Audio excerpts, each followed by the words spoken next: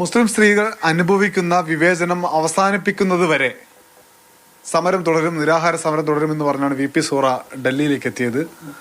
നാളെ മുതൽ സമരം ആരംഭിക്കുകയാണ്.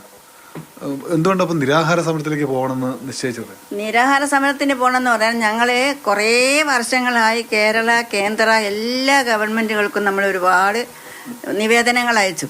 അപ്പം നമ്മൾ എന്തൊക്കെ ചെയ്തെന്ന് പറഞ്ഞാൽ ഇങ്ങനെ കുറേ അവയർനെസ് ക്ലാസ്സുകൾ നടത്തുന്നുണ്ട്, നമ്മൾ സമരം ചെയ്തു, പിന്നെ പുസ്തകങ്ങൾ എഴുതി, എല്ലാം അതിനും ചെയ്ത് കഴിഞ്ഞിട്ട് ഒരു ഇളക്കം ഇല്ലാത്തപ്പോൾ അവസാന ഘട്ടത്തിൽ ഇതെങ്കിലും ചെയ്ത് ഒരു ജീവിതം കൊണ്ടെങ്കിലും ഒരു പിന്നെ നിരാഹാരം കിടക്കാന്നുള്ള രീതിയിലേക്ക് ഞാൻ വന്നത് ഈ ഒരു ആവശ്യം വെച്ചിട്ടുണ്ട്. കാരണം സ്ത്രീകൾക്ക്, മുസ്ലിം സ്ത്രീകളുടെ വിവേചനം, പിന്തുടർച്ചാവകാശം എന്ന് പറയുന്നത് ഒരു സ്ത്രീയെ സംബന്ധിച്ചിടത്തോളം അടിസ്ഥാനപരമായ ഒരു കാര്യമാണ് സാമ്പത്തികം.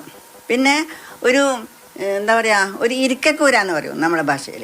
അപ്പോൾ കിടക്കാനൊരിടം അത് നഷ്ടപ്പെട്ടുകൊണ്ടിരിക്കുന്ന ഒരു കാഴ്ച, അതിസങ്കടകരമായ ഒരുപാട് കേസുകൾ ഞങ്ങളുടെ മുന്നിലുണ്ട്.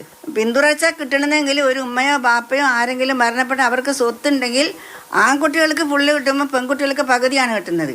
ഒരു മകളാണെങ്കിൽ പകുതിയേ കിട്ടുള്ളൂ, ബാക്കി പകുതി പിന്നെ അച്ഛൻ്റെ പിന്നെ പുരുഷന്മാരായ ജ്യേഷ്ഠാനുജന്മാർക്കോ അല്ലെങ്കിൽ അവരുടെ മക്കൾക്കാണ് ലഭിക്കുന്നത്. ഇത് രാഷ്ട്രീയമാണ്, ഇത് രാഷ്ട്രീയമായി കളിക്കാണ്. ഇതുണ്ടെങ്കിൽ ഇത് ഞങ്ങളാണ് ശരീഅത്ത് സംരക്ഷകർ എന്ന പേരിൽ ഇതിനെ വെച്ച് രാഷ്ട്രീയ കളി കളിക്കാൻ വേണ്ടിയിട്ടാണ് ഇവർ നടക്കുന്നത്. ഇനിയുള്ള കാലം മുതൽ ഏത് കാലഘട്ടമാണിത്? എത്രയോ കാലഘട്ടം കഴിഞ്ഞു പോയി. അന്നത്തെ ആ കാലഘട്ടമാണോ ഇത്?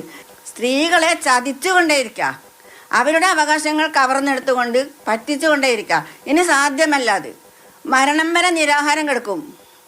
എന്തെങ്കിലും ഒരു തീരുമാനമാവാതെ ഞാൻ ഇവിടുന്ന് പോവില്ല, അത് ഉറപ്പാ. തീരുമാനമാവാതെ ഡൽഹിയിൽ നിന്ന് തിരിച്ചു പോവില്ല എന്നാണ് VP സോറ വ്യക്തമാക്കുന്നത്. നാളെ രാവിലെ മുതൽ സമരം ആരംഭിക്കുമല്ലോ. ഗവൺമെന്റായി നമുക്ക് ഒരു രാഷ്ട്രീയ പാർട്ടിയോടോ അല്ലെങ്കിൽ ഏതെങ്കിലും ഒരു അനുകൂലമോ ഒന്നുമില്ല. നമ്മളെ വിഷയം മുന്നിൽ മുസ്ലിം സ്ത്രീകളുടെ ഈ കണ്ണീരിന് കാണാൻ പറ്റില്ല, ഈ കുട്ടികളെ തെരുവിലിറക്കുന്ന കാണാൻ പറ്റില്ല. അതിനി അവസാനിപ്പിക്കണം. അത് അവസാനിപ്പിക്കുന്നത് വരെ നിരന്തരമായി ഇവിടെ നിരാഹാരം കിടക്കും. ഇനി അവിടെ അനുവദിച്ചില്ലെങ്കിൽ തെരുവിൽ കിടന്നെങ്കിലും ഞാൻ നിരാഹാരം കിടക്കും. നാളെ സമരം ആരംഭിക്കുകയാണ്. ഡൽഹിയിൽ നിന്ന് ഷിജു പട്ടുപത്രപ്പ്, അനൂപ് ദാസ്, മാതൃഭൂമി ന്യൂസ്.